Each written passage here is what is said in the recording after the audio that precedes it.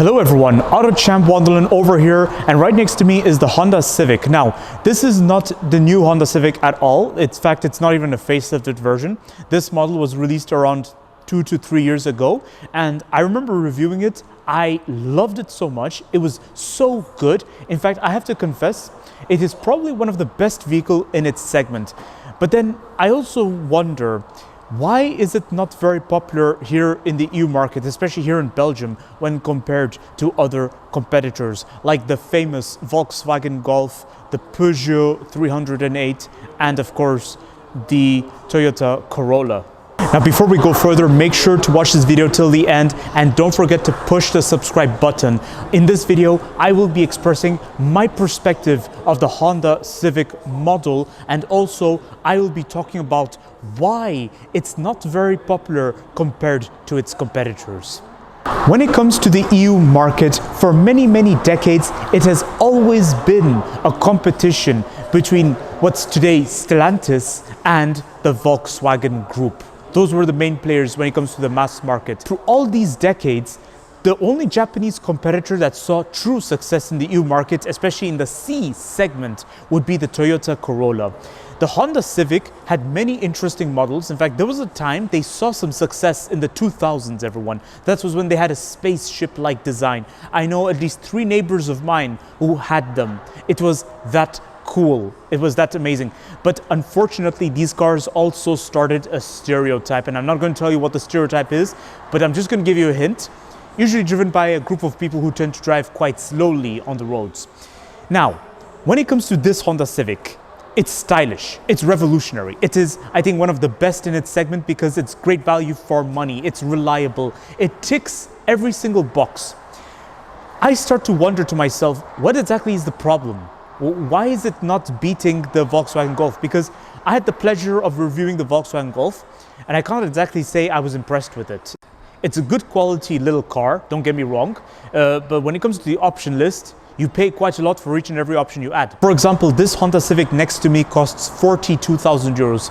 For 42,000 euros, your Volkswagen Golf will already have just about enough options missing. So this is the thing. And I had the same thing to say about the Peugeot 308. When it comes to the EU market, it feels also like Honda has never really seen much success compared to their presence in the North American market. In the North American market, they have massive presence. They have a fleet of different cars. Here in the EU market, they didn't seem all that enthusiastic compared to Toyota, and even Nissan seems to go down that route. But Nissan is only surviving because they have an alliance with Renault. Whereas Subaru also seems to be seeing the similar fate, although they're still clinging on there. But Mitsubishi just completely disappeared, I think. I'm not really sure what's happening to Mitsubishi. So let's see what exactly is holding this Honda Civic up. Now, it is true that the Volkswagen Golf and the Peugeot 308 are proper hatchbacks. They even offer estate versions. Whereas this, they have only one configuration for the Honda Civic currently, guys, and even the generation before this, this is the only length you have. There's no other configuration available. Whereas with the Volkswagen and the Stellantis group, they have more flexible choices. Another problem would be the hybrid technology. Now, Honda does offer the hybrid technology to their cars. At least I think they do it for the Honda. I know they do it for the Honda HR-V. I don't know if they do it for the Civic, but if they do offer the mild hybrid or the hybrid for the Civic, that's great. So it's a system where it recharges with the thermal heat from the brakes. But I'm under the impression it's a bit too late. They should have done this ages ago, because the reason why the Toyota Corolla saw success, and even the Toyota Auris back in the days, in the 2000s and in the 2010s, they were provided the hybrid technology, and this is what caused this. This is what caused the Toyota models to skyrocket in popularity, everyone.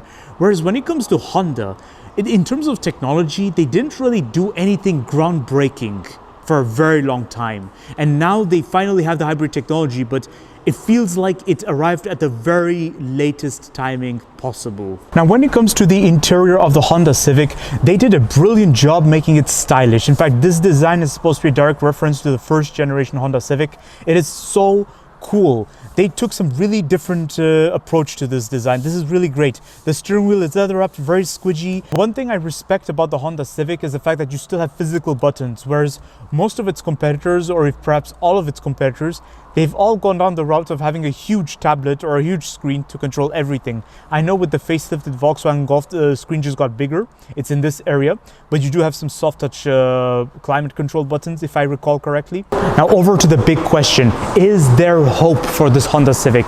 The answer is yes, I believe there is hope for this Honda Civic. There is potentials, great potentials for the Honda Civic, and I'm very, very optimistic, everyone, because now we have the hybrid technology for the Civic. We still have the strong Civic identity. They've made it more sporty. They've also maintained some retro styling to it, and this is a very, very good appeal, everyone. I really have some optimism for the Civic, and we will see how it goes as the years progress. But does it have what it takes to beat the Golf here in the EU market? That I wouldn't say yes, because the Volkswagen Golf has always been a dominant player, especially here in the EU market. But the Honda Civic can always be an interesting global player. We will see how things go as the years progress.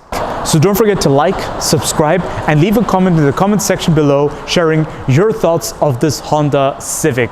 And what are your thoughts of it compared to its competitors? And do you agree with the point I was making about why I believe the Honda Civic isn't really popular in the EU market, and especially here in Belgium? Or do you have some different thoughts? Let me know what are your thoughts. I'll see you all next time.